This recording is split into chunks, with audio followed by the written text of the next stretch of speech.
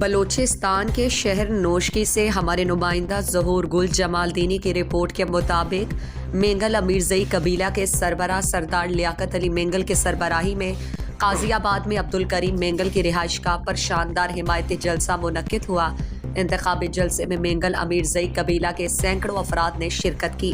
انتخابی جلسے میں سردار لیاقت علی مینگل نے اپنے قبیلے کے سینکڑوں افراد سمیت جمعیت علماء اسلام کے نامزد امیدوار پی بی 34 حاجی غلام دستگیر بادینی اور این 260 کے امیدوار انجینئر میر عثمان بادینی کی مکمل حمایت کا اعلان کیا۔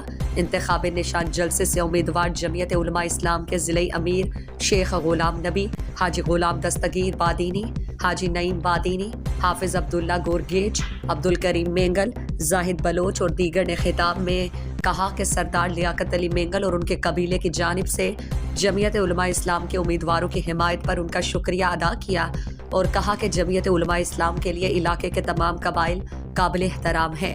قبائل ہماری شناخت اور پہچان ہے۔ قبائل نے جمعیت کے حق میں فیصلہ دے کر دور اندیش فیصلہ دیا ہے جو قابل ستائش عمل ہے۔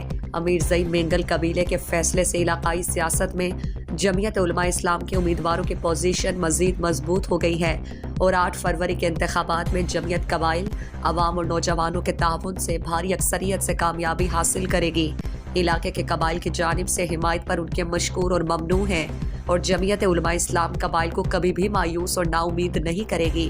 جس اعتماد کا اظہار مینگل قبائل نے ہمارے امیدواروں پر کیا ہے، اس پر پورا اترنے کی پوری کوشش کریں گے اور فنڈز اور وسائل، نوکریاں منصفانہ طور پر تقسیم کی جائیں گی۔